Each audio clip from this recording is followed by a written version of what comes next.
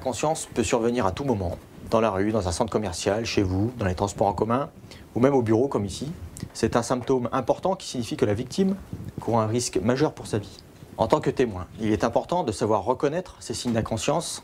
Voici quelques gestes simples à faire. Stimuler la victime, tapoter ses épaules en lui demandant d'ouvrir les yeux.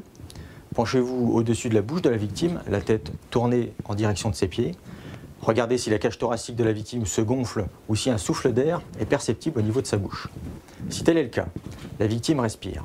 Néanmoins, si la victime ne répond pas aux stimuli, elle peut être qualifiée d'inconsciente. En attendant les secours que vous aurez prévenus au préalable, il est important de placer la victime inconsciente en position latérale de sécurité pour éviter que son état ne s'aggrave. Cette position sur le côté permet d'assurer une bonne libération des voies aériennes supérieures et empêche l'étouffement en cas de vomissement. Surveillez la victime le temps de l'arrivée des secours. Il est important de préciser que l'AVC, l'accident vasculaire cérébral, ne met pas la victime dans un état d'inconscience.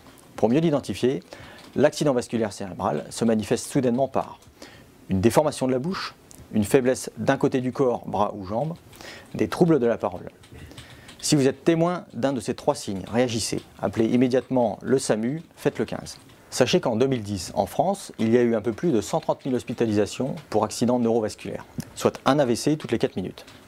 C'est la troisième cause de décès en France, il est donc important de savoir repérer ces symptômes. Voilà, vous avez maintenant à l'esprit quelques gestes et conseils qui doivent devenir pour vous des réflexes.